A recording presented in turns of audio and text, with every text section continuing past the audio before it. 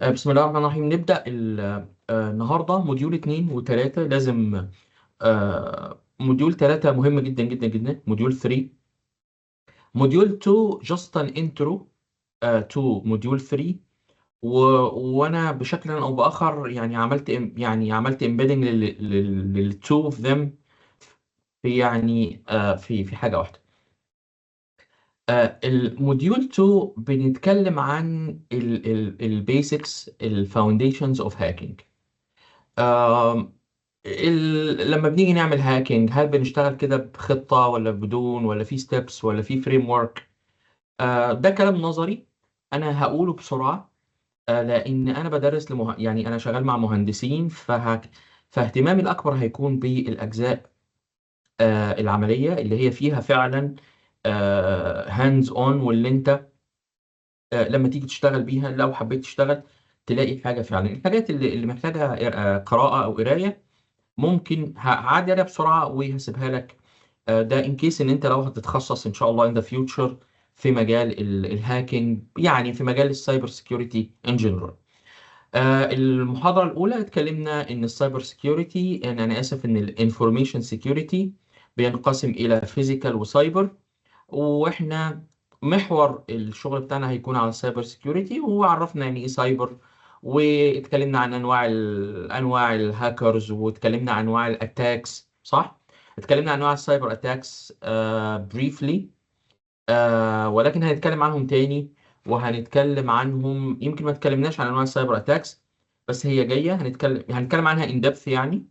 وكمان هنتكلم ان شاء الله عن هنتكلم عن آه، انواع المالويرز. ده ان شاء الله المحاضره يمكن اللي جايه او اللي بعدها هنتكلم عن المالوير اتاكس. يعني ايه واحد من يعني احد انواع الاتاكس ان انا بعمل اتاك على الفيكتيم عن طريق المالويرز، ودي اكيد احنا كلنا عارفين انها من اشهر انواع الايه، من اشهر انواع الاتاكس ان جنرال. التوبكس بتاعتنا هنتكلم، هي طبعا احنا 120 دقيقه النهارده. الهاكينج بروسيس بتاعنا عبارة عن شوية فيزز. فيز 1 اللي هي الريكارنسنس اند فوت برينتنج. ريكارنسنس اند فوت برينتنج زي ما اتكلمنا المرة اللي فاتت، هي عبارة عن ايه؟ التنقيب والبحث عن المعلومات والآثار وأي شيء أنا محتاجه علشان أعرف الفيكتيم بتاعي. طيب المعلومات اللي أنا جمعتها دي المفروض أعمل لها فاليديشن. بمعنى أدق، وأنا بجمع البيانات طلع لي مثلا إن الانتربرايز دي عندها 3000 كمبيوتر، يعني بي سيز و200 سيرفرز وحاجات كده. طيب لما علشان انا اعرف الكلام ده لازم يبقى عندي افوت ان، لازم يعني اتواجد بشكل او باخر جوه علشان اعمل سكاننج اند انيميريشن. السكاننج ده بعمل فيه ايه؟ بشوف فيه اللايف هوستس، مين اللي لايف، اللي عايش على قيد الحياة، ومين اللي موجود ومين اللي مش موجود. والكلام ده احنا اتعرضنا له المرة اللي فاتت.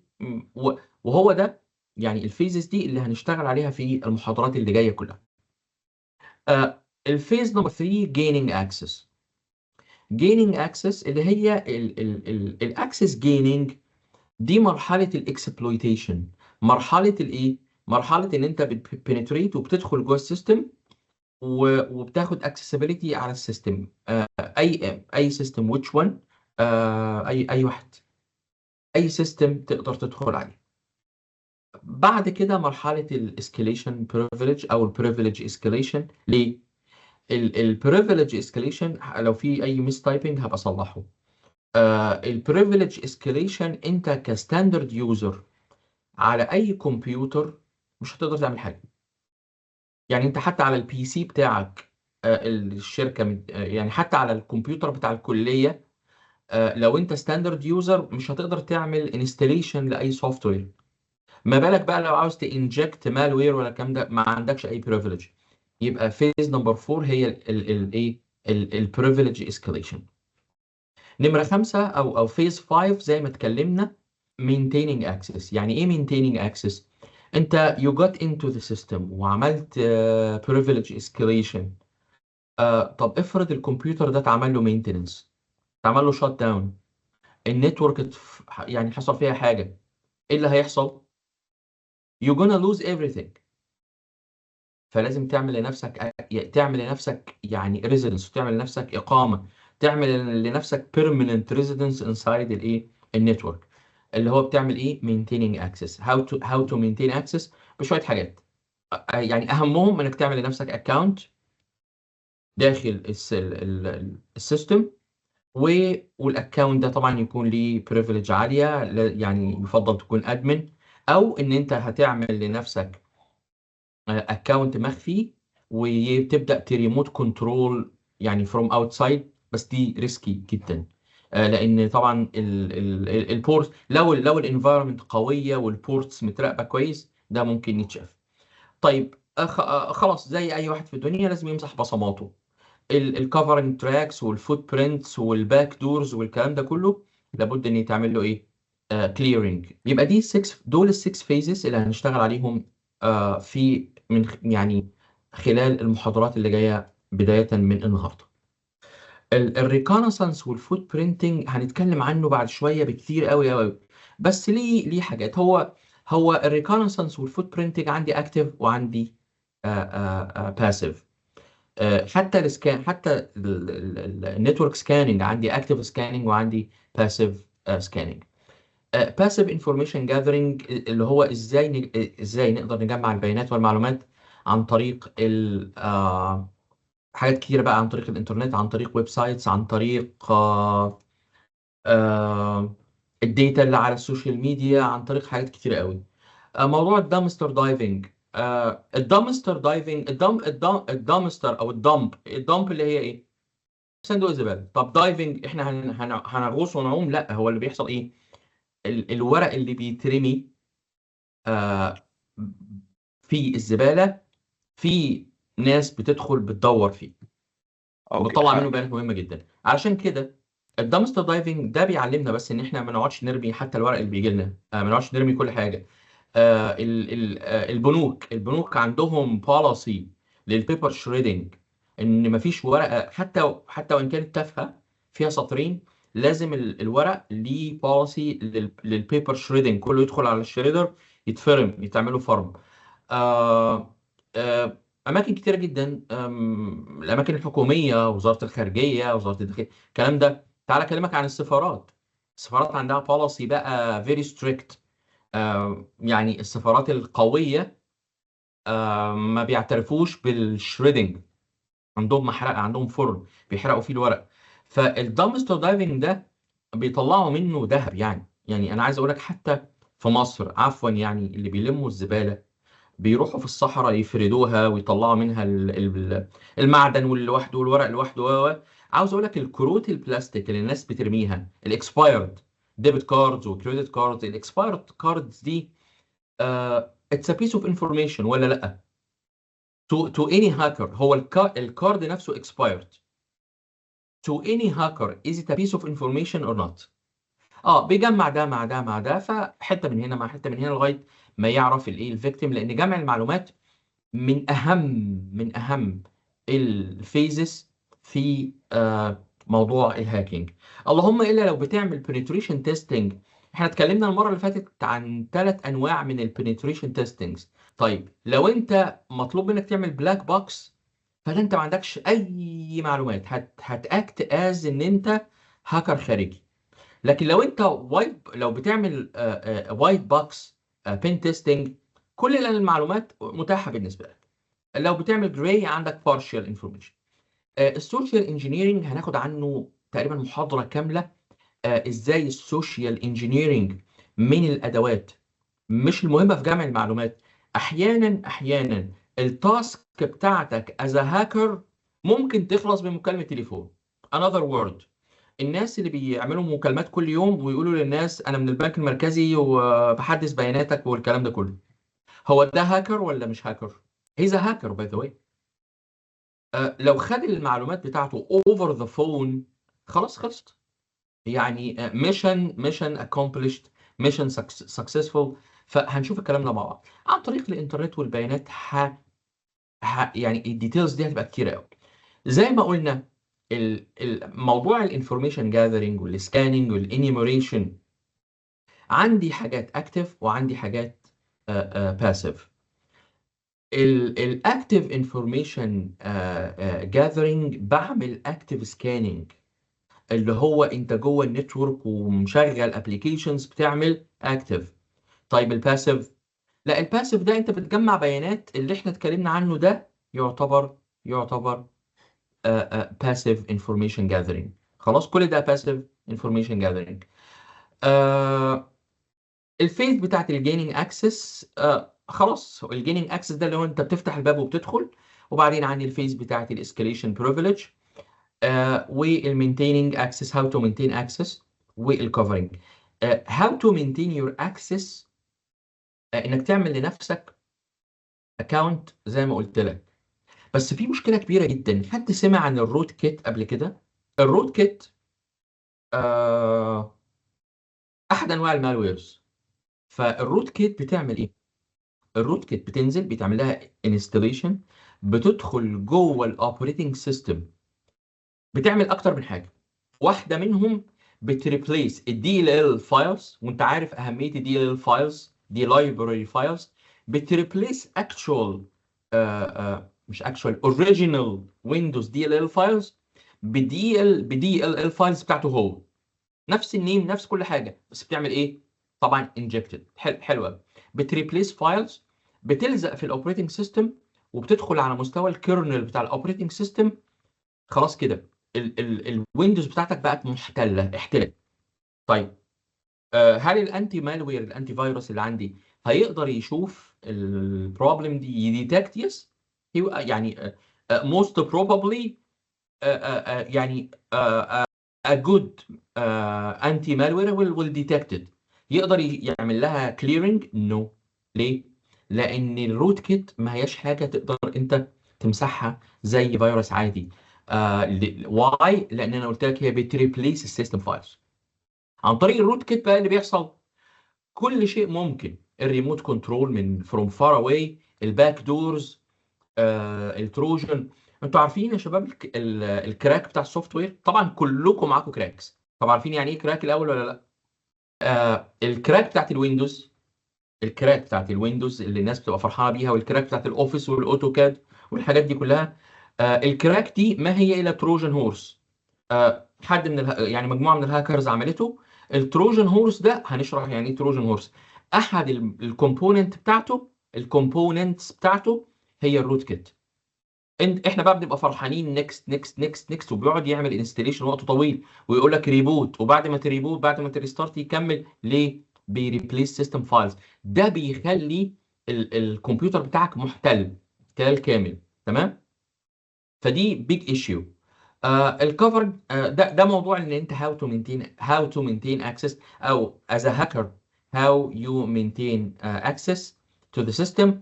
بالاضافه انك بعد كده بقى خلاص كل حاجه سهله، بتعمل ريموت، حاجه اسمها رات، ريموت اكسس تروجن، او ان انت بتركب سنيفر. سنيفر اداه تجسس بتسنف كل الترافيك اللي رايح واللي جاي على النتورك، علشان نقدر نطلع منه بمعلومات. الكفرنج تراك حاجه من الاثنين، يا اما بتستخدم يعني فايل هايدنج تولز، لكن طبعا نمبر 1 از انك بتريموف اللوج فايلز. بصوا اللوج فايلز ده عباره عن زي ريجستري، زي دفتر.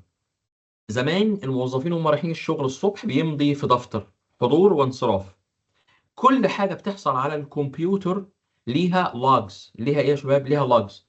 اللوجز دي بتتسجل 1 2 3 4. الدبل كليك بتعمل، رحت على الانترنت بيسجل كل حاجه.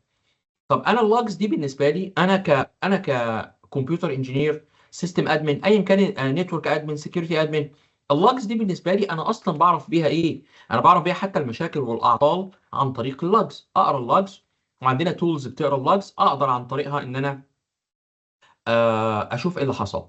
طيب وجزء من الموضوع اللوجز هتبين لي مين هو هاكت ذا سيستم، او يعني هو illegally entered my system. خلاص. فبالتالي الهاكر لازم يعمل ايه؟ بيريموف اللوجز.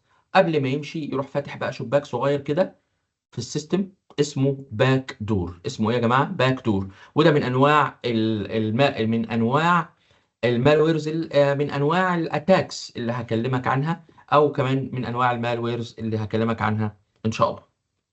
طيب، ده باختصار الجزء بتاع الهاكينج المسؤول والبروسيس.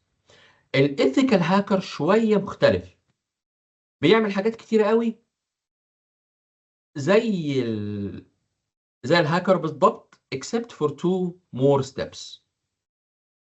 لازم في الأول you obtain a permission. يعني إيه obtain a permission؟ فاكرين؟ فاكرين يعني إيه obtain a permission من المحاضرة اللي فاتت؟ يعني لازم، طالما أنا ethical hacker وهعمل penetration testing، ما ينفعش أنا لا، لازم يكون في تعاقدات وagreements واتفاقات وحاجات كتير قوي. وبعدين هتعمل الريكونسانس سكاننج، gaining access maintaining access، وبعدين covering tracks still زي الهاكر بالضبط. ولاست ستيب هتبقى الايه يا جماعه؟ هتكون الريبورتنج. اهم حاجه بتريبورت ايه؟ الفايندنجز. يعني ايه ريبورتنج؟ بريبورت الفايندنجز، صح؟ الفولنربيلتيز. فلغايه هنا، لغايه هنا لو ما عملتش ريبورتنج الناس دي هتدفع لك فلوس ليه؟ ده انت بتعمل كل ده علشان الستيب الخاصه بالايه؟ بالريبورتنج. فبالتالي الريبورتنج والابتينج بيرميشن والريبورتنج هما التو ستيبس بس اللي مختلفين عن ايه؟ مختلفين عن مختلفين عن الهاكر العادي. في ستاندرد للبين تيستنج، في شويه ستاندردز. انا هسيب لك ده just for reading. لماذا؟ لأن عندنا فعلا حاجات مهمة جدا جدا جدا محتاجين نخلصها، أهم من إحنا عندنا موديول 3. موديول 3 غاية في الأهمية، لأن هنبدأ نتكلم تكنيكال. إحنا سو فار بنتكلم كده كله انترو، فلسه ما اتكلمناش تكنيكال قوي. فخلينا نتكلم تكنيكال علشان نقدر نستفيد. وبعد ما نخلص إن شاء الله، طبعا ال 11 ال 11 موديولز اللي انا بعتهم لكم في الانترو يعني، هيكون، مش عارف، احنا طبعا انا بادئ معاكم متاخر، مش عارف هيكون في فرصه نخلصهم كلهم ولا لا. ولكن هيحصل ايه بعد موديول 4 and 5؟ بعد موديول 5 انت هنكون حاطين الفاونديشن الخاصه بالايثيكال هاكينج.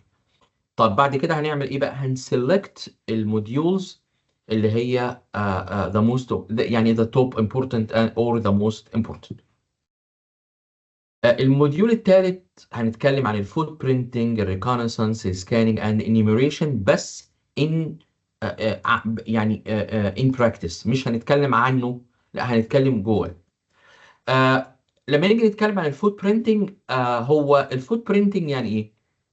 الفوت برينتنج لما بنشوف في الافلام، في الجرائم، لما البوليس بيجي يحقق بيعملوا ايه؟ مش بيرفعوا البصمات، صح كده؟ طيب بيرفعوا البصمات. البصمات في العالم الرقمي اسمها فوت برينتنج، وهي اول ستيب of the hacking methodology، وكلها about information gathering. خلاص. لازم يكون في فوت برينتنج، لازم يكون في بيانات، لازم يكون في معلومات، لازم يكون في داتا رايحه وجايه. والفوت برينتنج بشكل عام دوت.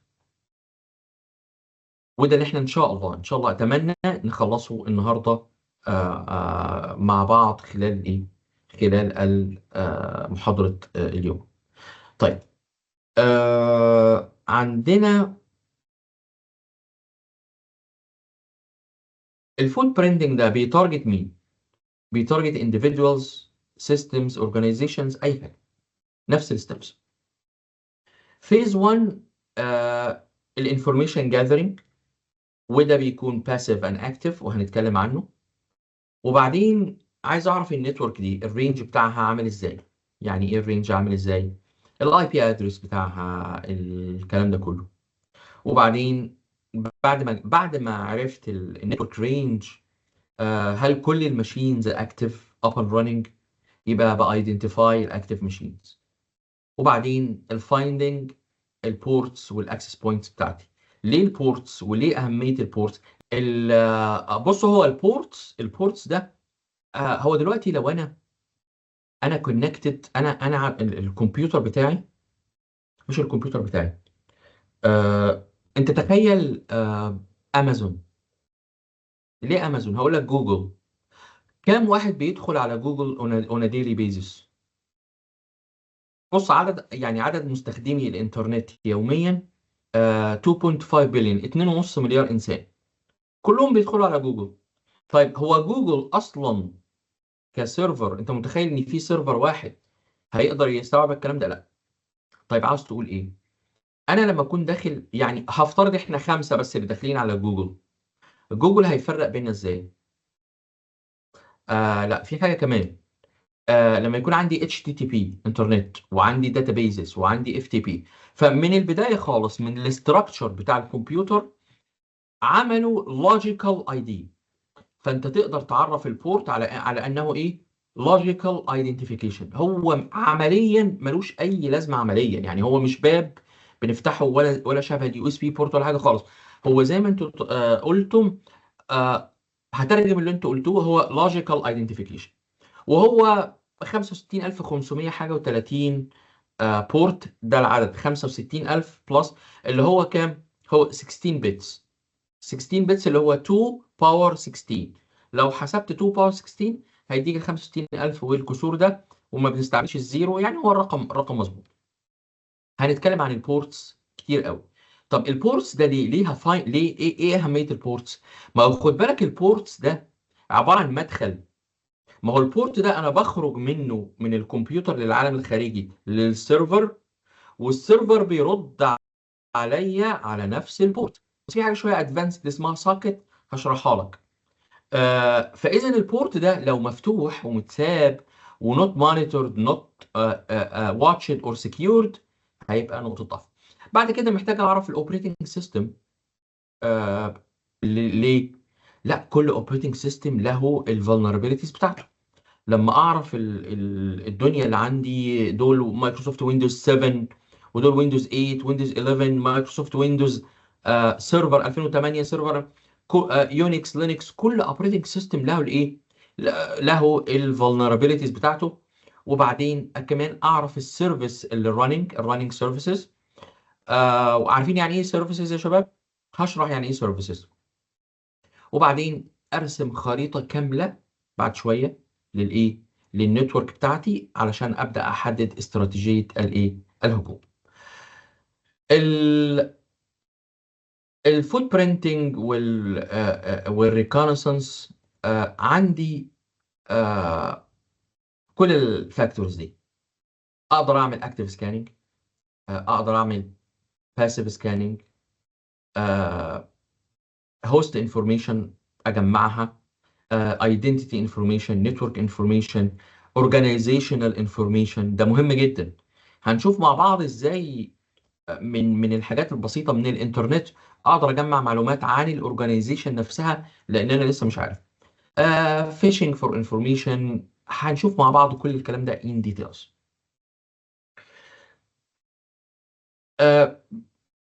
بنتكلم عن، لما تسمع كلمه انتليجنس بشكل عام.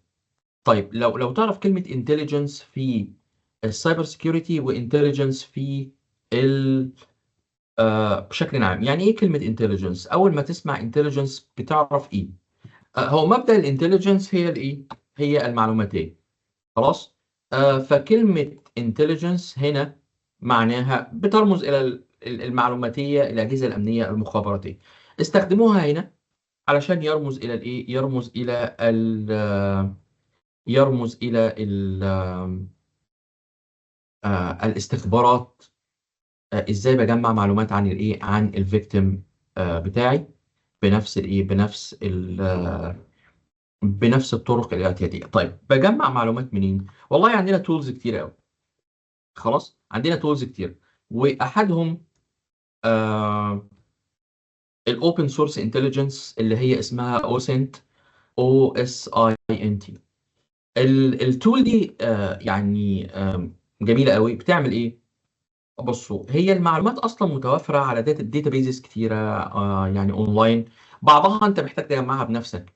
بس فور اكزامبل مثلا لما يحصل vulnerability، يعني هقول لك الصبح لما واحد نازل الصبح وبيشيك على جوجل ماب، فبيقول له لا الطريق ده زحمه، شوف لك طريق تاني. خلاص بنحذر بعض، والحق الشارع ده مقفول، الشارع ده مش عارف فيه كذا. كمان الفولنربيليتيز اللي بيتم اكتشافها، في داتابيزز يوميا عامله زي نشره الاخبار كده، بيتم ايه؟ بيتم اذاعه الفولنربيليتيز عليها. طب انا لما اشوف مثلا سيكوال سيرفر او ويندوز سيرفر 2016 في فولنربيليتي معينه، وانا عندي نفس السيرفر، بعمل ايه؟ المفروض ان انا اخد الحذر بتاعي وايه، وابدا ان انا اصلح الفولنربيلتي قبل ما يحصل عليها اتاك. والكلام ده بيحصل اون ديلي بيزس، وهنتكلم عنه بعد شويه. طيب تعالى اوريك او نشوف سوا الاوبن سورس انتليجنس ده شكله عامل ازاي ان رياليتي يعني. هو هتحس ان هو شكله هو هتحس ان هو سمارت يعني شويه كمان. مم، اه الشاشه باينه قدامك. الاوبن سورس انتليجنس، انت بتدور على ايه؟ بتبحث عن يوزر نيم، بتدوس على يوزر نيم، يقول لي عاوز تروح على يوزر نيم سيرش انجن، هيطلع لي عدد كبير من السيرش انجنز. عاوز تروح مين فيهم؟ ما اعرفش، نيم تشيك اب، يروح مطلعني على بتاع. خلاص. ف طب عاوز تدور على ايه؟ اي بي اند ماك ادريسيز. خلاص هنقفل ده. انت بتدور على بتبحث عن اي بي اند ماك ادريسز. عايز بالجيو لوكيشن، مواقع جغرافيه، بتبحث عن بي جي بي بوردر جيت واي راوتنج بروتوكول. بتدور على بلاك ليست. تعال نشوف البلاك ليست.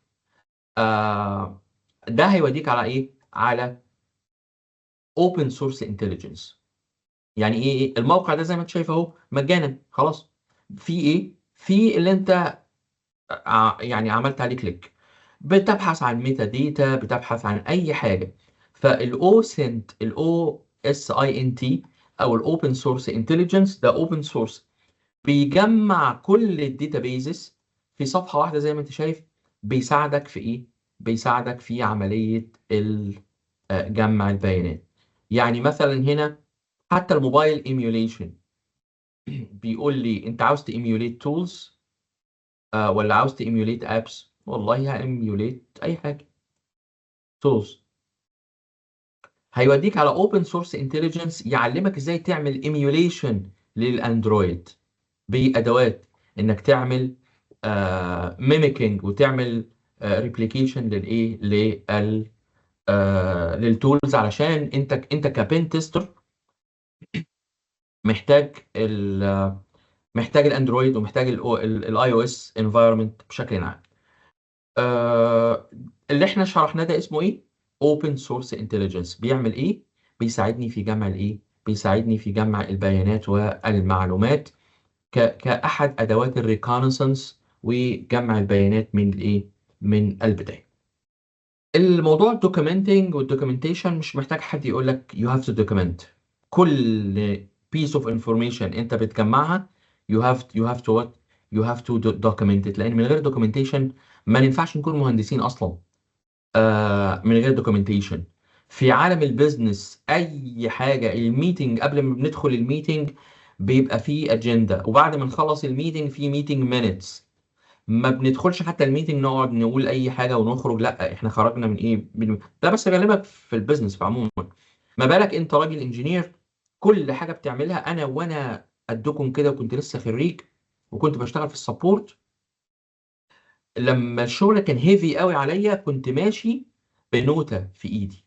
كان معانا ديفايسز، على فكرة احنا كنا متقدمين برضو. 98 في امريكا كان معانا حاجة اسمها بالم بايلوت. البالم بايلوت ده يعني كان يعتبر اول يعني بدايات السمارت فون. بس حاجة كانت ضخمة كده، ومعاه قلم تاتش، وكنا بنكتب على سكرين. بس بيني وبينك النوتة كانت اسهل. ورقة يعني نوتة وقلم، وبكتب كل حاجة علشان لما ارجع على الديسك بتاعي اكتب، احط كل حاجه على السيستم. لان وارد جدا جدا ان انا هنسى حاجات كتير. فالدوكيومنتنج بنعمل فوت برينتنج بقى من خلال الكلام اللي انت شايفه ده. وده ان شاء الله هنعمله النهارده. الفوت برينتنج من خلال السيرش انجنز، من خلال السوشيال ميديا سايتس، من خلال الويب سيرفيس، ويب سايتس، ايميل، من خلال سيرفيس اسمها هو از، من خلال الدي ان اس. هعمل فوت برينتنج للنتورك كمان، وكمان هشتغل على موضوع السوشيال انجينيرنج. السوشيال انجينيرنج از ا كونسبت ده له محاضره لوحده، لان هو من اهم الادوات في الايه، من اهم الادوات في الهاكينج. آه، اول حاجه فوت برينتنج ثرو سيرش انجنز، من خلال محركات البحث. طبعا احنا لما شفنا الاوسنت او الاو اس اي ان تي، شفنا ايه هناك؟ شفنا ازاي بطريقه معينه ان ده فريم ورك بيقدر يوصلني لكل حاجه. هتلاقي هناك جوجل هاكينج. هو في حاجه اسمها جوجل هاكينج اصلا؟ انا ليه سالت جوجل هاكينج يعني ايه؟ عشان بس ما حدش يتخض ويقول جوجل بيهكر الناس. هو كده كده جوجل بيسرق كل معلوماتنا والكلام ده كله، بس ما بيعملش علينا هاكينج يعني. لكن كل معلوماتنا اللي على الانترنت، اللي على الديفايس، كل حاجه موجوده عند جوجل. طيب، الجوجل اكسبلويت داتابيز، ما تيجوا نزورها. طيب كده تعالوا نشوف، نطلع على الويب سايت، نشوف ايه اللي موجود على جوجل اكسبلويت داتابيز، او اكسبلويت داتابيز بتاعت جوجل. خليني اسيرش معاك، ام سوري، خليني اشير معاك الويب سايت اهو. زي ما انت شايف، هي هنا بيقول ايه؟ هنا بيقول الفايندنجز. يعني ايه الفايندنجز؟ هو لقى ايه بتاريخ مثلا اوجست، بتاريخ مش عارف ايه. آه لقى ان في ريموت كود اكسكيوجن. انا مش فاهم يعني ايه ده. طب ما تيجي نفتحه. مين اللي وجده؟ جورجي فلان. في حد لقى vulnerability، في حد لقى exploitation، فبيعمل ايه؟ فبيبلغ عنها علشان الناس تاخد ايه؟ الناس تاخد بالها. فهنا يقول لك انا لقيت الاكسبلويت تايتل، لقى ده على الويندوز ابلكيشن، وبتاريخ مش عارف كام بياناته. طب ايه الموضوع؟ ايه الامباكت بتاعه؟ بص الامباكت اهو. بيقول لك يا سيد الفاضل الامباكت بتاعه: the vulnerability can be leveraged to perform the following unauthorized actions. ممكن يعمل ايه بقى؟ يقدر يبرفورم ريموت كود اكسكيوشن اتاك. ريموت كود اكسكيوشن هنتكلم عنه شويه، بس ازاي يقدر ريموتلي يشغل كود اكسكيوشن من كل ما يكون موجود قدامك. وبعد ما يسكسيد هيعمل ايه؟ يقدر ياكسس، موديفاي، ديليت سنسيتيف يعني انفورميشن. يقدر كمان يحط باك دور، وهو ده المهم. اي هاكر، اي انسان قدر يعمل باك دور، فبقى عنده مدخل للسيستم. كمان يقدر يعمل رانسام وير اتاك. عارفين الرانسام وير؟ عارفين الرانسام وير اتكلمنا عنه المره اللي فاتت. بيقدر يعمل بقى lateral movement. lateral movement in the internal network يعني ايه؟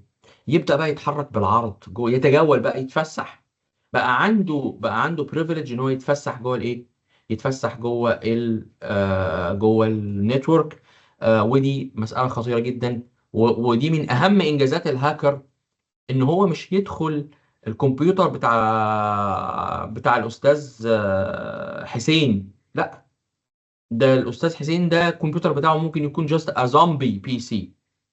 هي القضيه كلها انه يقدر يتحرك، يتجول داخل السيستم او الانفايرمنت علشان يدخل للايه؟ للسنسيتيف انفورميشن. ده باختصار اكسبلويت داتابيز. في منها يعني اكتر من حاجه. اسمها ايه؟ بينشر عليها بشكل يومي الايه؟ ال- آم، كل النيو vulnerabilities and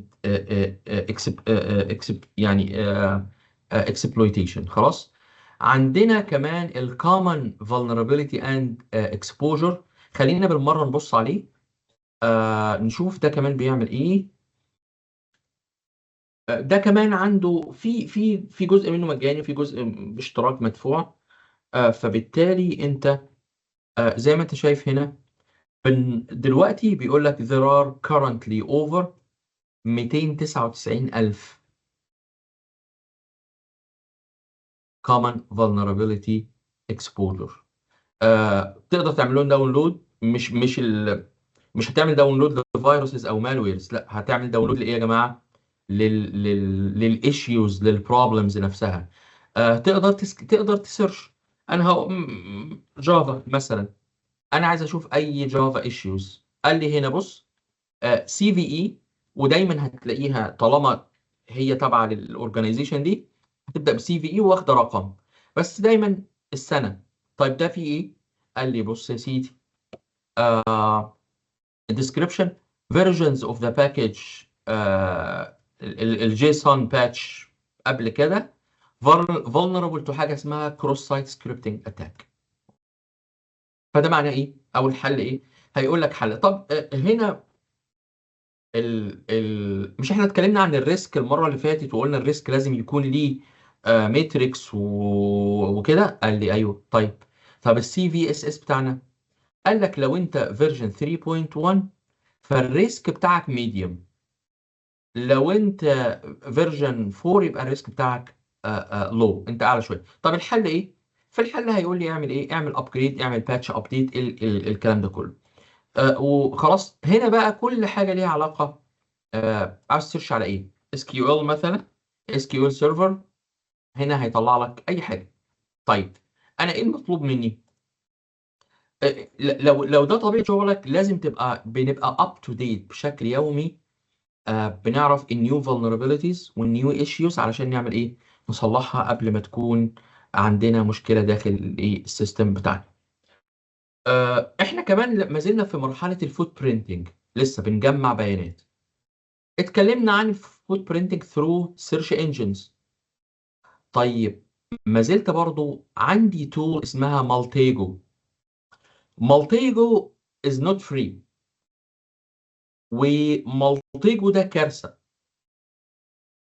يعني البابليك انفورميشن اللي متاحه اونلاين مالتيجو بيجمعها ويحطها لك في مكان واحد.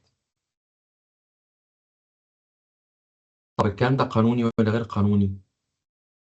هم شغالين، ما قفلوش، ما حدش منعهم من الشغل.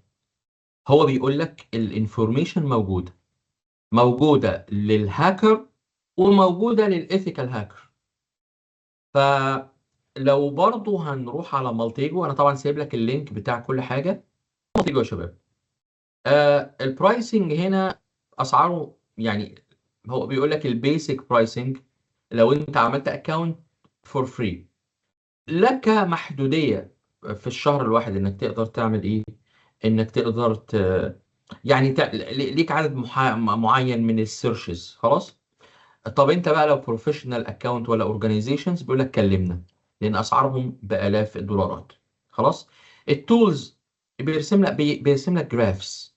انا لو عملت بس هعمل ده ومضطر مضطر اكسبت. بصوا يا شباب،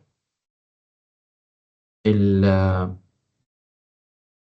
ايه طريقة ربطه، طريقة الجراف اللي بيربط بيها مثلا الاكونتس. انا عندي عندي فيسبوك، عندي طريقة ربطه للاكونتس، طريقة رسمه للنتوركس.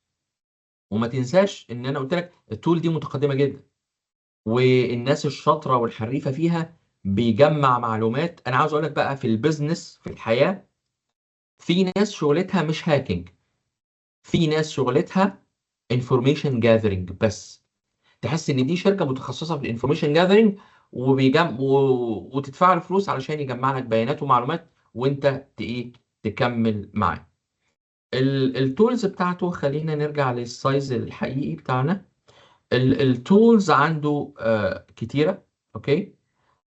مالتيجو مونيتور مثلا، ده بيمونيتور السوشيال ميديا ان ريل تايم بشكل غريب. بتدي له اكونتس بيشوفه لك، بتدي له اكونت على لينكد ان بتاع شركه بيجيب لك كل الناس اللي موجودين، كل الممبرز، وحاجه يعني حاجه بسم الله ما شاء الله، يعني فظيعه جدا يعني. فمالتي جو just to make it short، لان احنا مش هنقدر نضيع فيه وقت اكتر من كده. هو ايضا information gathering tool، وهو ايه يا جماعه؟ هو footprinting tool. طيب، بقدر اجمع معلومات عن السوشيال ميديا نتورك؟ يس. هقدر اروح بقى individually فيسبوك، تويتر، لينكد ان، تيك توك، بنترست؟ يس. اقدر اجمع بيانات ومعلومات عن طريق الويب سايتس والويب سيرفيسز؟ اي نعم. الدومين، نيم، عن طريق الدومين نيم. انت بعد شويه بقى هنمسك الدومين نيم ونطلع نقول هو از، واشوف الدومين نيم ده مسجل باسم مين ورقم مين والادمنستريتور، واعرف السب دومينز من هناك، من الهو از ومن الدي ان اس ريجستري بشكل عام. آه تعرفوا انه في تول اقدر ادخل اكوبي، اعمل كوبي، اعمل يعني اكزاكت ميرور، اكزاكت كوبي من ويب سايت، حتى لو امازون. يعني عندنا تولز ادخل على، يعني ادي بس احط الدومين نيم او البيج الرئيسيه، هيعمل كوبي لمين؟ لكل الصفحات اللي الدومين ده بيحتوي عليها. طب وبعدين؟ هيساعدني انا بعد كده كهاكر ان انا اعمل فيك بيجز، عايز اخدع الناس. بدل ما اعمل دومين اسمه امازون دوت كوم، اعمله امازونيا دوت كوم، والناس مش هتقرا، يعني عادة الناس ما بتركزش. بس هبعت له اللينك مكتوب امازون دوت كوم. لما يدبل كليك عليه هيلاقي صفحة اورنج عليها اللوجو بالضبط زي امازون، ولكنها ايه؟ هتبقى معمولة فيك بيج، او اسمها بيسموها روج بيج، او صفحة مزيفة. اقدر اجمع معلومات كتيرة جدا من الصفحات بتاعت الويب سايت.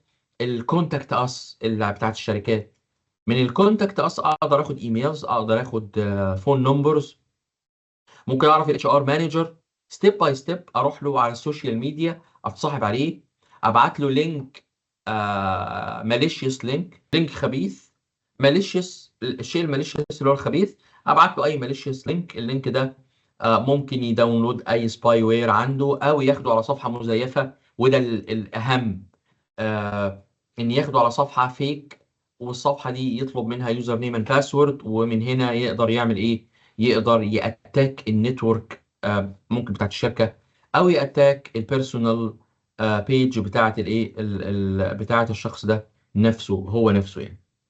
طيب، اقدر كمان الكومباني دايركتوري زي ما قلنا، المعلومات الجغرافيه.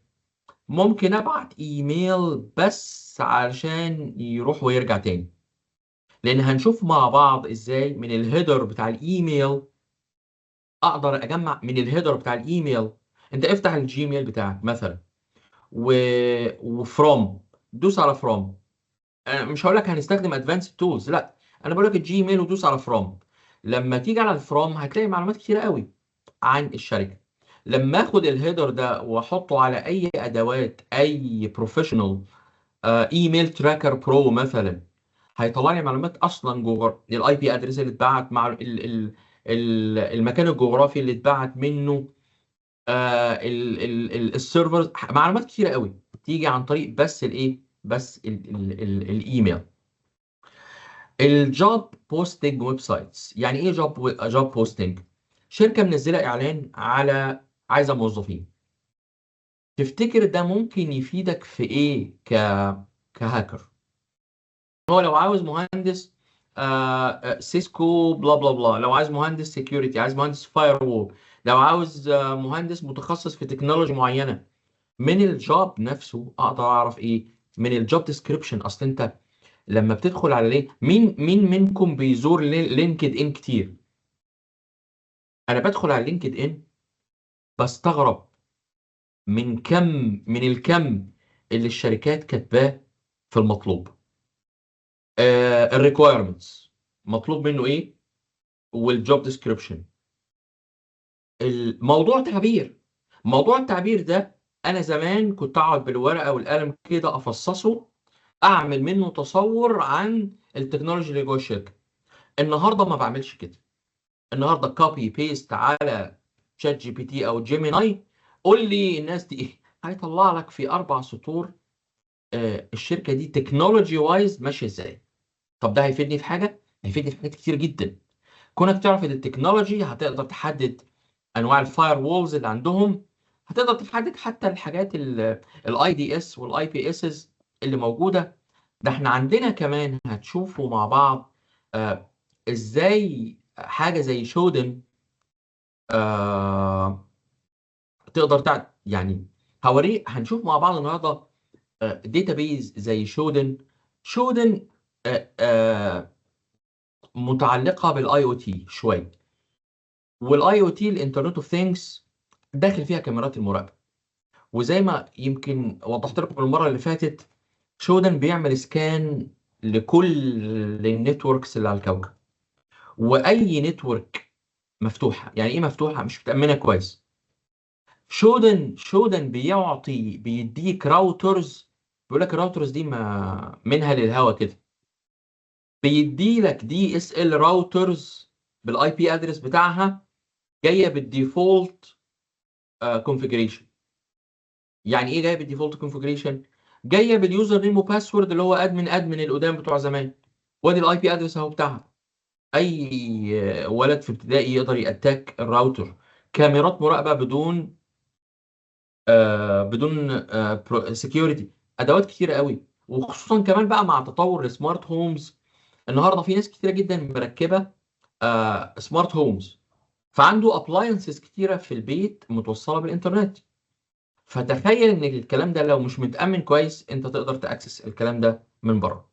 طيب الايميل فوت برينتنج، الاشخاص الناس هم المستهدف الاساسي الرئيسي. فبالتالي احنا لما باجي بدور على الناس، ببحث على الايه؟ ببحث عن الناس. عندك بيبل، عندك سبوكيو، عندك وايت بيجز، زابا سيرش ده في امريكا يعني. وهو الوايت بيجز يعني اسهل حاجه. الاوسنت او الاوبن سورس انتليجنس از فريم ورك، احنا شفناها مع بعض ازاي از تول. تقدر تدور بس كليك على ايميل فوت برينتنج، هيعطيك 15 ويب سايت. تقدر تدخل تسرش عن حد.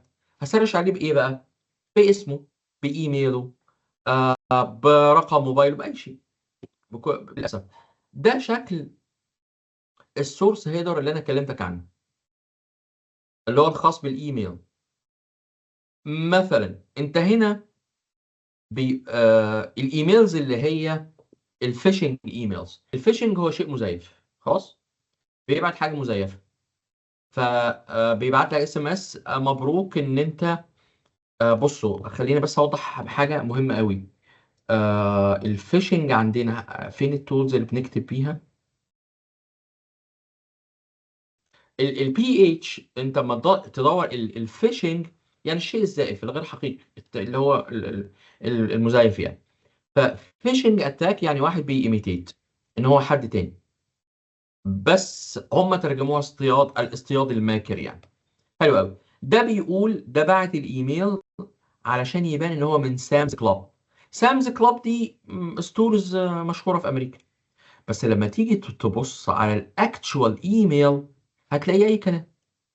هو مش سامز كلاب. يبقى نمبر 1 رول ان انت تبص على الايه؟ على الهيدر بتاع الايميل جاي منين بالظبط. فانت هتلاقي الايميل اصلا عباره عن info اندرسكور بلا بلا بلا. ما يهمنيش برضو، انا اللي يهمني اللي هو اللي هو الدومين نيم. ايه الدومين نيم؟ ليس له علاقه بسامز كلاب خالص. ولكن هو لما جه يسجل الايميل بتاعه سجله ايه؟ سامز كلاب. فيبان وهو جاي لك ان هو كانه من سامز كلاب، ولكن الاكتشوال سورس ايميل. علشان كده دايما بص على الهيدر ايميل بتاعك. الايميل عندنا تول يعني بتعمل كل حاجه في الدنيا. ايميل تراكر برو، بس خلاص. ايميل تراكر برو تقدر تنزل النسخه المجانيه منه، بتشتغل كويس، بتشتغل حلو. بيمسك بقى الايميل تراكر برو بيعمل ايه؟ بيمسك الهيدر ده اللي هو المفروض احنا نقعد نوجع عينينا علشان نقراه. هو بيحطه لك في شكل ايه اهو. خليني اكبر الشاشه شويه. بيعمل ايه؟ بياخد الكلام ده وبيفصصه لك بس كده. نو، ده كمان بيتشيك الايميل ده against السبام، against الفيشنج. طبعا بيشيك على الكلام ده على الايه، على الداتابيزز. بيشيك الكلام ده في كل الحتت دي، في كل الاماكن دي، علشان يقول لك ان الايميل ده جاي منين. انت شايف على الخريطه ان هو بيقول لك ان هو من المكان الفلاني. ان رياليتي ما تعتمدش عليه قوي. يعني في احسن الظروف بيدي لك الاماكن الجغرافيه تقريبيا.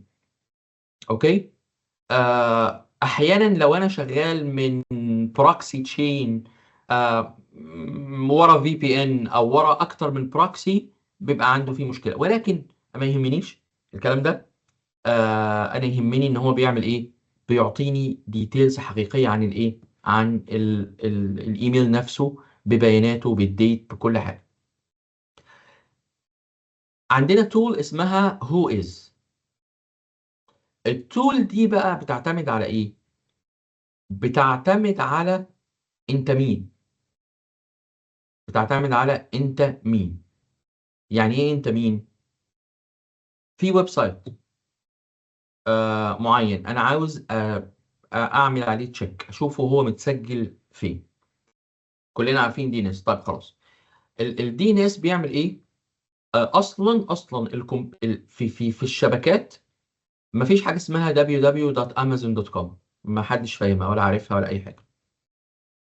طب وما كانتش موجود يعني في البدايات، ولكن مع ازدياد آه،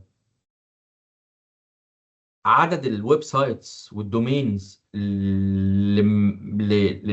لمئات الملايين، فصعب جدا ان انا افتكر 172.16.254. صعبه جدا. فبدأ عملوا السيرفيس اسمها دومين نيمينج سيرفيسز، وهي دومين نيمينج سيستم في نفس الوقت. لان الدي ان اس، لو سالتك الدي ان اس هو بروتوكول ولا سيرفيس ولا كلاينت، الحقيقه مش عايز اوقعكم في الفخ ده علشان وقتنا، بس هو الثلاثه. لو سالتك الدي ان اس هو بروتوكول، بارت من التي سي بي اي بي، وايضا هو سيرفيس لازم يبقى راننج علشان يقدر يشتغل.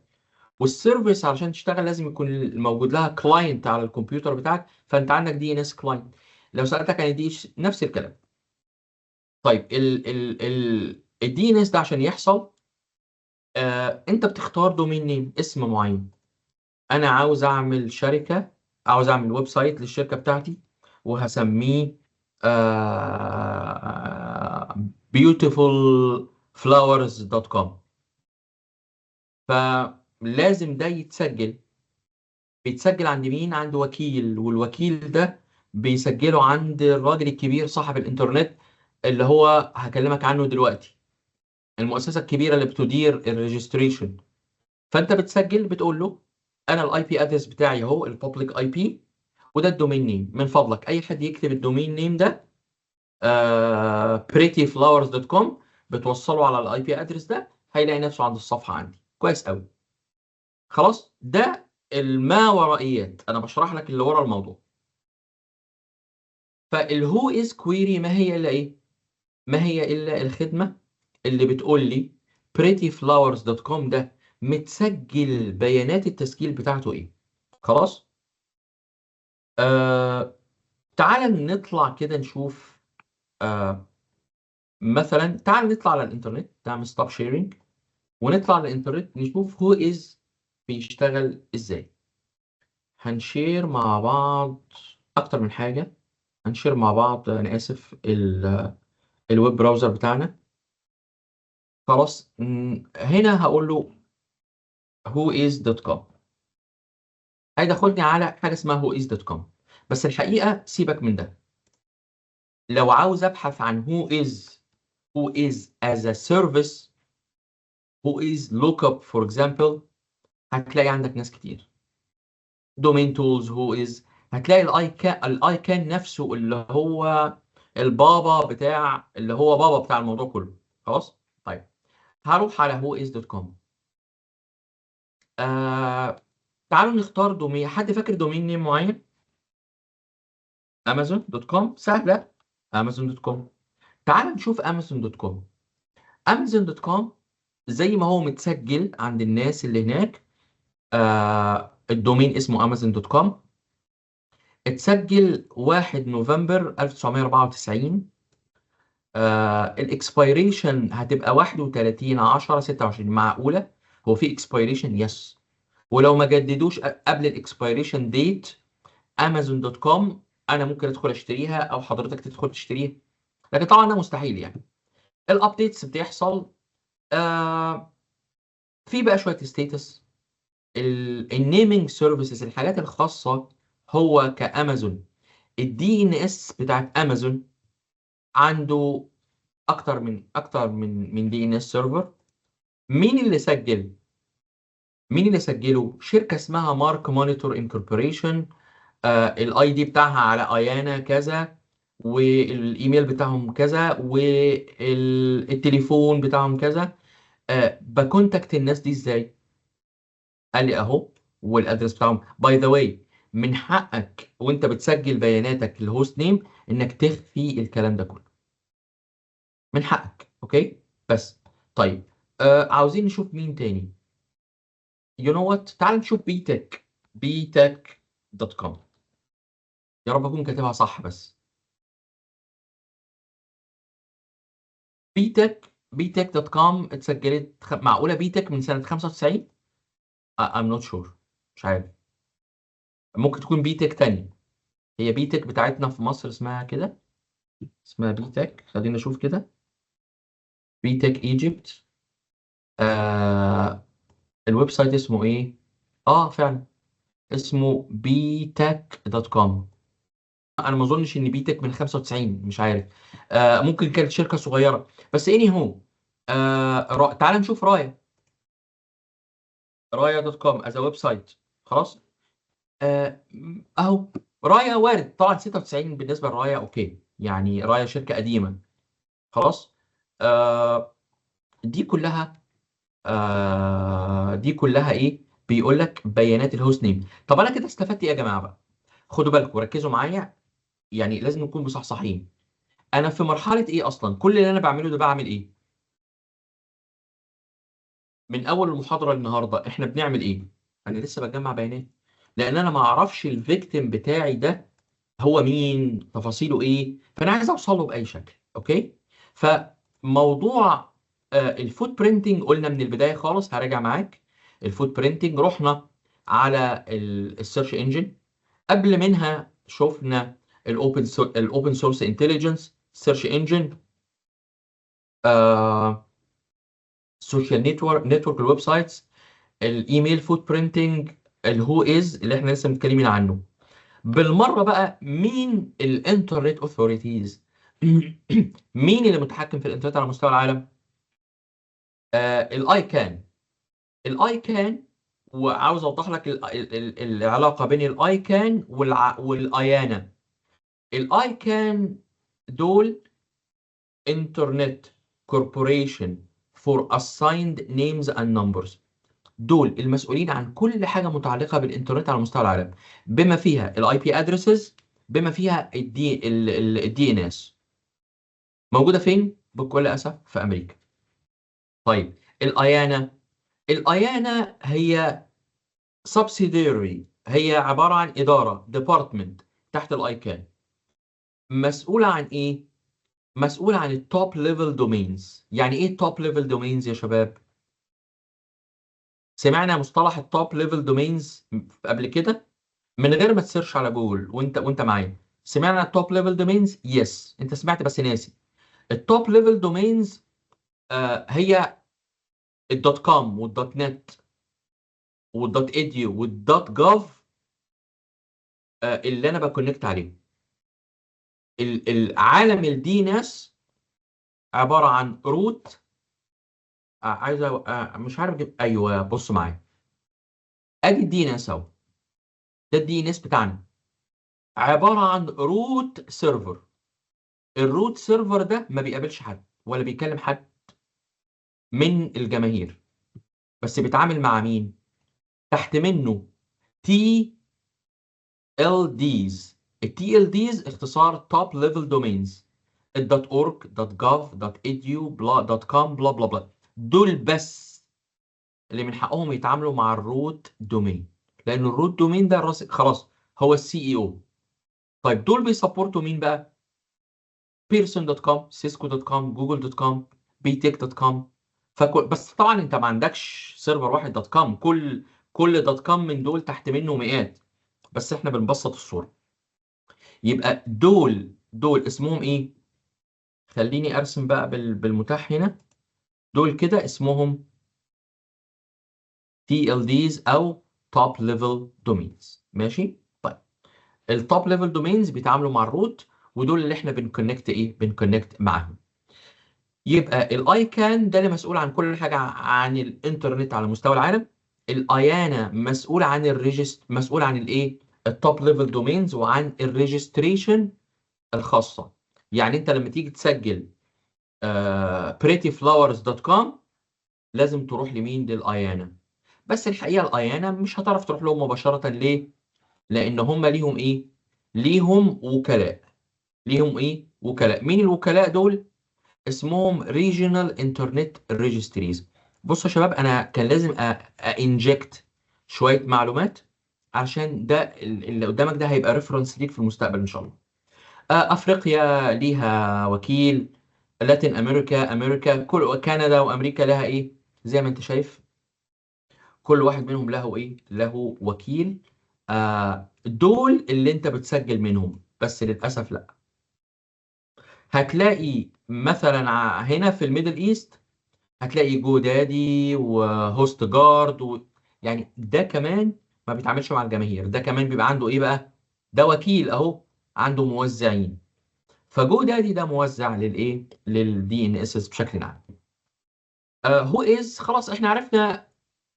انت النهارده خلاص هتقفل المحاضره دي، هتقدر تعمل تسيرش على اي دومين هو از، وهتروح وتشوف وتجيب بياناته ومعلوماته والدنيا معاه، وشويه بقى معلومات من على الهو از، على لينكد ان الوظائف، على السوشيال ميديا. تقدر تكون صوره بس مبدئيه عن ايه؟ عن جمع البيانات والمعلومات. الموبايل ابلكيشنز في شويه موبايل ابس مش محتاجها بصراحه. وطبعا نصيحتي ليك ما تقعدش تحط يعني تو ميني ابلكيشنز على الايه؟ على الموبايل بتاعك، خصوصا اي حاجه ليها علاقه بالايه؟ بالنتورك بشكل عام. طيب دي الهو از موبايل ابس لو حبيت تستخدمهم بشكل عام. هنا بقى بنتكلم عن الدي ان اس فوت برينتنج. احنا بعد ما جمعنا شرحت لك يعني ايه الروت دومين والتوب ليفل دومينز، وبعد كده الايه؟ البارنت والتشايلد دومينز. الدي ان اس نفسه كسيرفر عليه بيانات ومعلومات. يعني بمعنى ادق، حد شاف التيبل دي قبل كده؟ ده البيانات المسجله على الدي ان اس سيرفر. يعني ايه؟ لو انا عندي، انا بس مش عارف التول بتاعت الكتابه انا مش شايفها النهارده I don't know why. لو انا عندي دومين نيم اسمه اسمه ايه؟ برضه مفيش. طيب لو انا عندي دومين نيم اسمه prettyflowers.com، بيتسجل ازاي على الدي ان اس سيرفر؟ حاجه اسمها A ريكورد. حاجه اسمها ايه يا شباب؟ A ريكورد. بس كده. الاي ريكورد ده والله ما هو الا سطر بنكتب فيه www.prettyflower.com، معلش، والناحيه الثانيه الاي بي ادرس. بس كده. ويتسيف، وبعد ما يتسيف بيتعمل سينكرونايزيشن مع الدوت كوم، والدوت كوم يعمل ايه؟ يسجله على الروت. اي حد بقى يكتب prettyflowers.com بعد ما يحصل سينكرونايزيشن مع كل السيرفرز دي يعمل ايه؟ يوصله بنفس الطريقه. طيب احنا عندنا اي بي فيرجن 4، ايوه، واللي هو الاي ريكورد. لو عندي اي بي فيرجن 6 يبقى 4 اي ريكورد. في الحاله دي بيماب الهوست نيم مع اي بي فيرجن 6 بدل اي بي فيرجن 4. العكس بقى بيحصل. يعني ايه العكس بيحصل؟ بيبقى عندي حاجه اسمها بوينتر. اصل خد بالك الناس دايما فاهمه ان الدي ان اس ده ما هو الا ايه؟ ما هو الا هوست نيم تو اي بي ادرس. طب العكس اللي هو اسمه العكس بقى اسمه ايه؟ يعني العادي دي ان اس لوك اب. دي ان اس لوك اب. العكس بتاعه اسمه ايه؟ ريفرس. ريفرس دي ان اس لوك اب. ما هو اصله ما ينفعش يشتغل في اتجاه واحد. فالدي ان اس ايضا يقدر يعطيني ايه؟ عن طريق بيماب الاي بي ادرس للدومين نيم. عندنا شويه حاجات ستارت اوف اوثوريتي. ده يعني الدي ان اس بيشتغل بزونز، والزونز دي عباره عن مجموعه كبيره من البيانات. مهم جدا تعرف ان الريكورد بتاع الميل اكسشينج سيرفر ما هوش هوست عادي. اي سيرفر بيتسجل على انه ايه ريكورد، ما عدا الام اكس. انا اسف، ما عدا الميل سيرفر. الميل سيرفر بياخد ايه؟ بياخد حاجه اسمها ام اكس ريكورد علشان يعمل ايدنتيفيكيشن للاس ام تي بي سيرفرز انها مختلفه عن باقي الايه السيرفرز العاديه. بس ده الفرق. طيب انا هنا هستفيد ايه من الكلام ده كله؟ حاجات كتير قوي. هستفيد ان انا عن طريق الدي ان اس فوت برينتنج اعرف الهيراركي بتاع السيرفر. هعرف الاي بي ادرس بتاع السيرفر. ما انا معايا دي ان اس، معايا دي ان اس نيم. طب بصوا معايا كده، هنعمل تجربه عمليه. انا مثلا لو قلت له بينج، انا على فكره اقدر ابينج داخلي وخارجي. يعني اقدر ابينج جوه النتورك. انا بقول له بينج جوجل دوت كوم. الغريبه ان البينج عمل ريبلاي. انا اتعلمت كده من ايه؟ قال لي ان انا ما اعرفش اصلا الاي بي ادرس بتاع جوجل، وجوجل له ملايين الاي بي ادرسز اساسا. بس هو اللي رد عليا ده مين؟ اقرب سيرفر. بس خلينا افترض ان انا عندي prettyflowers.com وعايز اعمل له بينج. اهو رجع لي الاي بي ادرس. يبقى انا كده عرفت حاجه. طيب هسبق الاحداث وهستخدم تول اسمها تريس روت. اسمها ايه يا شباب؟ تريس روت. تريس روت ده بقى بيقول لي الرحله من عندي لغايه الفاينل ديستنيشن. التريس روت على الويندوز اسمها تريسرت. ماشي. هقول له تريسرت www.google.com. انا بقول له تريسرت. تعال نشوف الدنيا ماشيه معايا ازاي. الاي بي ادرس بتاعي هيبان، مش مشكله لان ده انترنال، مش هيبان البابليك اي بي ادرس بتاعي. هياخد له شويه ثواني كده بس ده هنطلع منه بشويه معلومات مهمه قوي. ايضا من اهم ادوات الايه الريكونسانس والفوت برينتنج اللي موجوده معانا.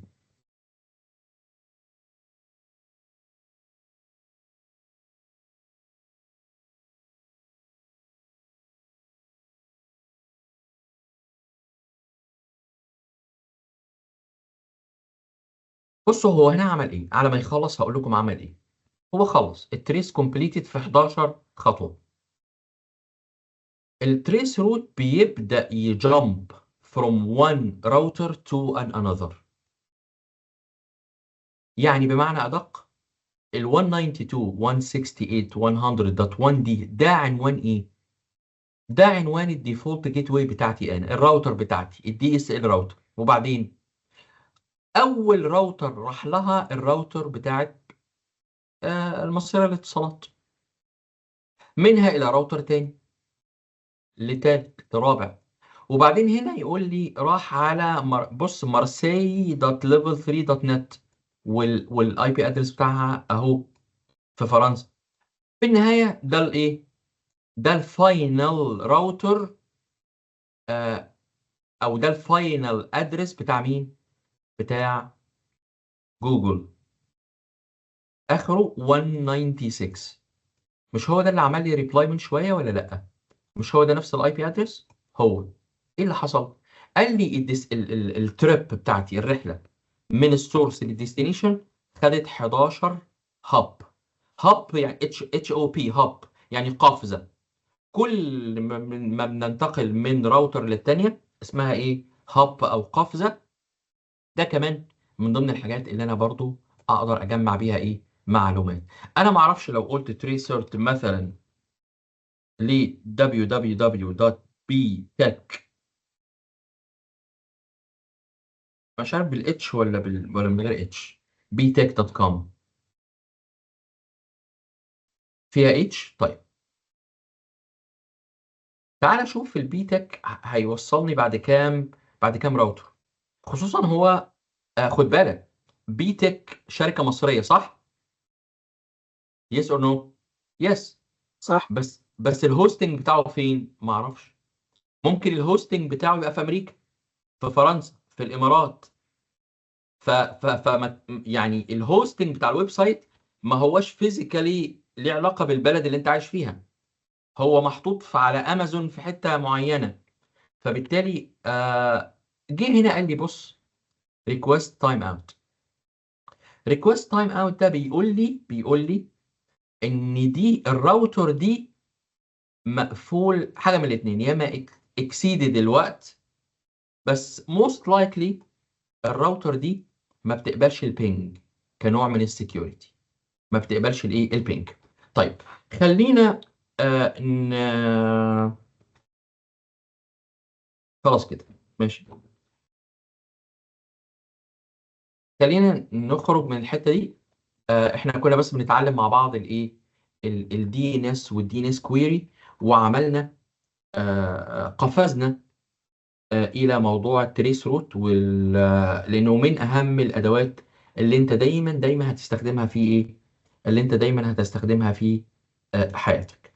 خلاص. التيبل دي اتكلمنا ان هي بتتكلم عن الدي ان اس ريكوردز. التولز بقى اللي اقدر اعمل بيها دي ان اس كويري: ال NS lookup, dig, host, what is my DNS. ال NS lookup تقدر تشتغل بيها على الكوماند لاين انترفيس.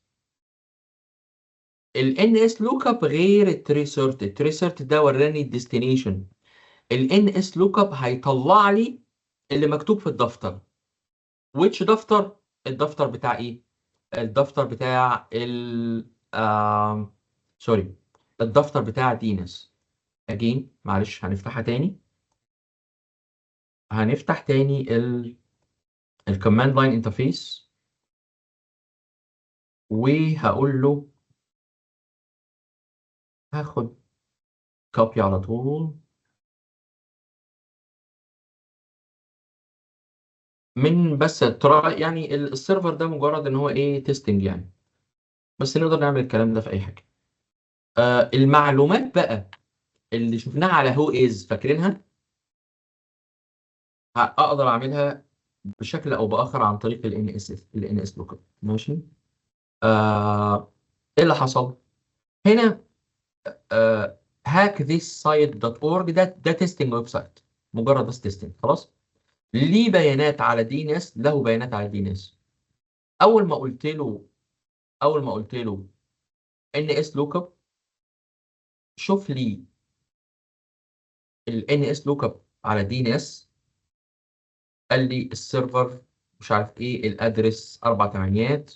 ده الدي ان اس سيرفر اللي بيقرا من خلاله الاربع تمانيات. ده الدي ان اس بتاع جوجل اللي هو مسيب البيانات يعني. اوكي طيب.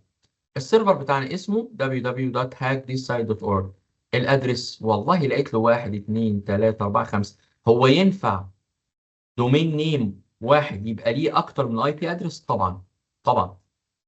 احنا لو قلنا ان اس لوك اب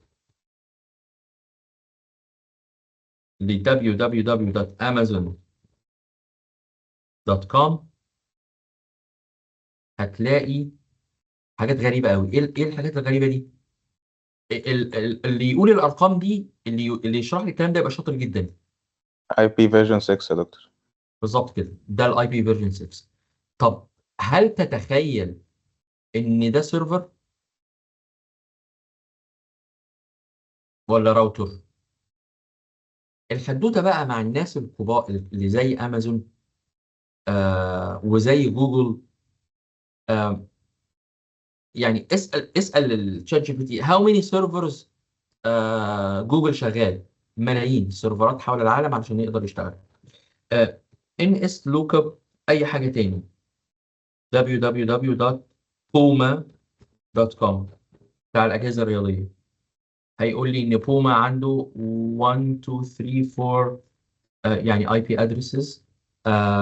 دي السيرفرز اللي هو ايه شغال بيها، او مسجلين على الايه، مسجلين على الدي ان اس. كل ده احنا ما زلنا في مرحله جمع البيانات والمعلومات، وده مش اهم حاجه، يعني انا اسف، من اهم الخطوات في جمع الايه، في جمع البيانات والمعلومات. يا رب النهارده نقدر نخلص كم كبير من الايه، من المدى العلمي.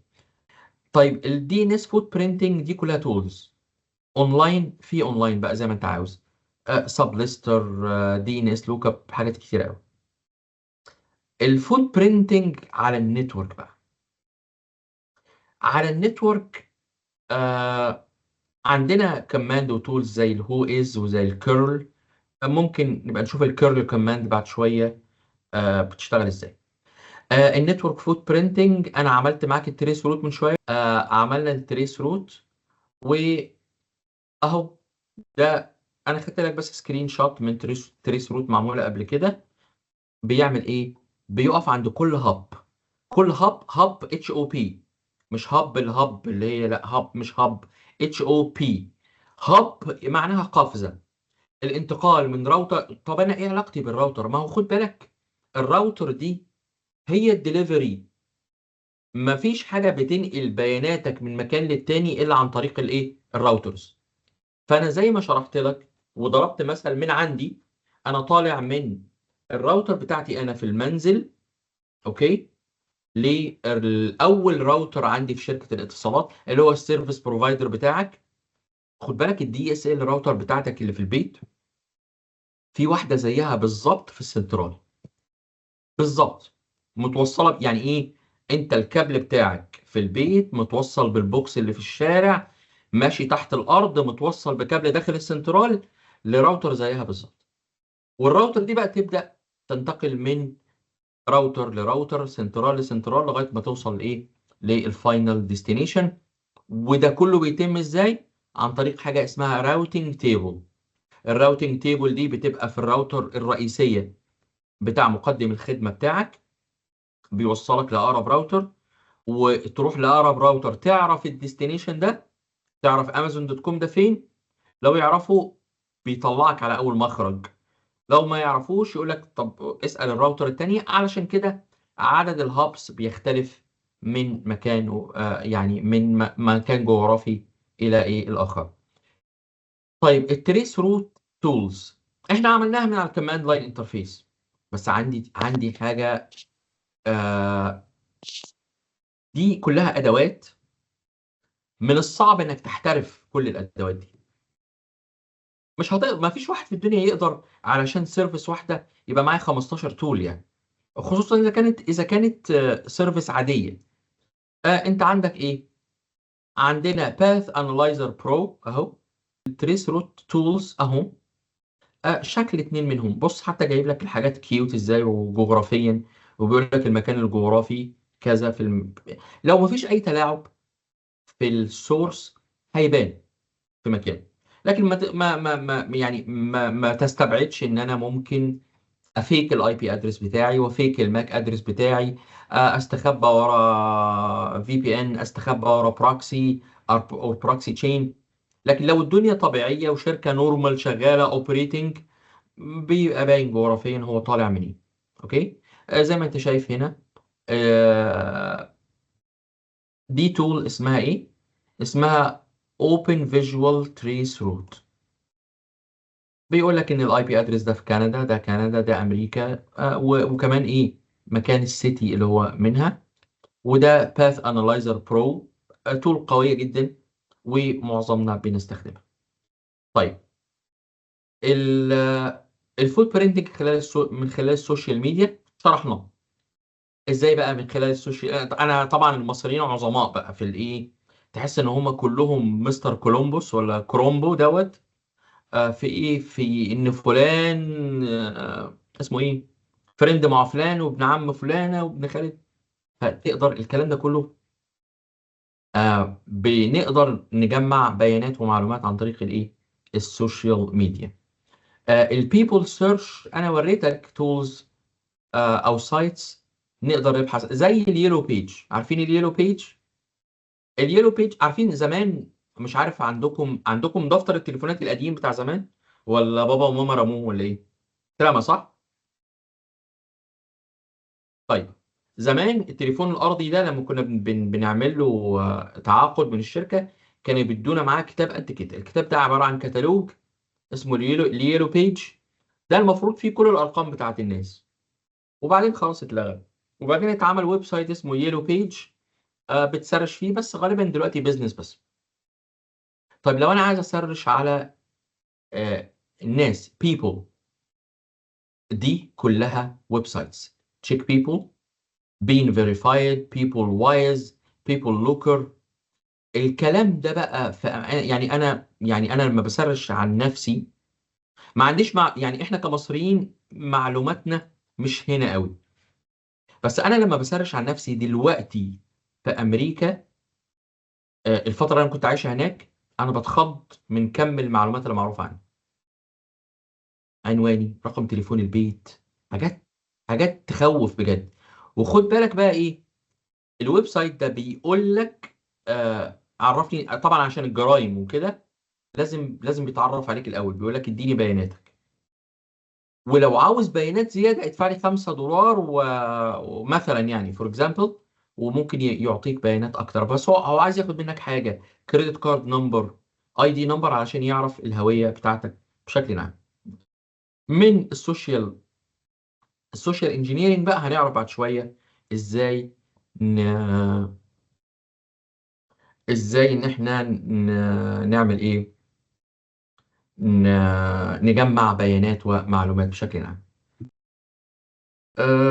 passive and active reconnaissance. who is، احنا شفنا who is صح؟ احنا عملنا الاكسرسايز بتاع الهو از. خلاص. واضح ان الكم كبير قوي. انا كنت اتمنى ان انا اخلص الكلام ده النهارده.